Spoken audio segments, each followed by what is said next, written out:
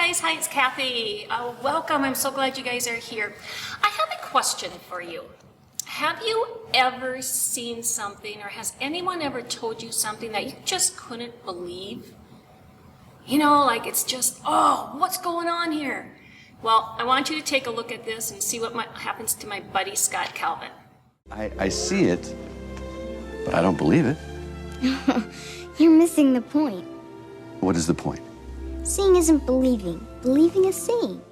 All right, hi guys. So, poor Scott, he had quite a night, but, even when he was sitting there with Judy having his hot chocolate, he couldn't believe what happened. Well, there's a story in the Bible, and it's about a gentleman named Thomas, and I want to read that to you. I know you'll hear more from Pastor John on Sunday about this, but I'm going to read to you what it says here in the Spark Story Bible. If you have it at home, it is on page 392. All right, it's called Doubting Thomas. The disciples were hiding in a house the night Jesus rose from the dead. They were afraid. Bam! They locked all the doors, and then Jesus came and stood by them. "Peace be with you," he said. The disciples looked up in surprise, and Jesus showed them his hands and his side so that they would know that it was him. The disciples were very happy. Again, Jesus said, "Peace be with you. God has sent me to you, and now it's your turn to go out and tell the rest of the world about me."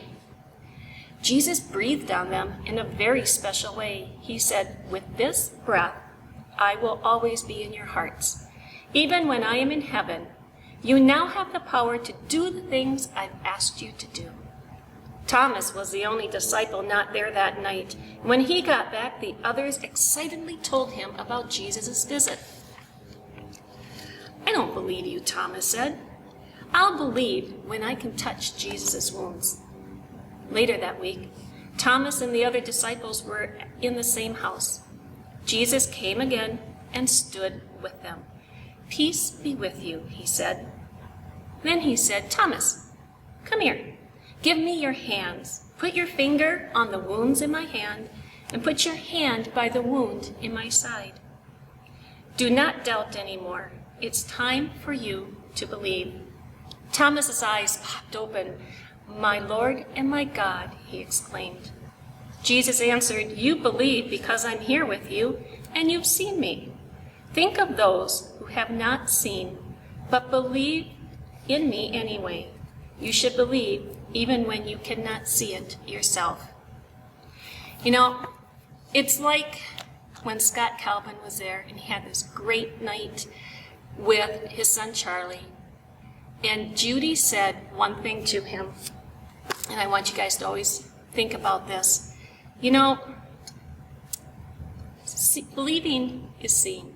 And we believe in Jesus, and we can see Jesus, and we can see God's love all around us through our moms and our dads, and our families and our neighbors and our teachers. So I always want you to keep your eyes wide open, keep looking around, find where God is, find where Jesus is, spread their love to everyone around you. Oh, and by the way, Judy makes some great hot chocolate.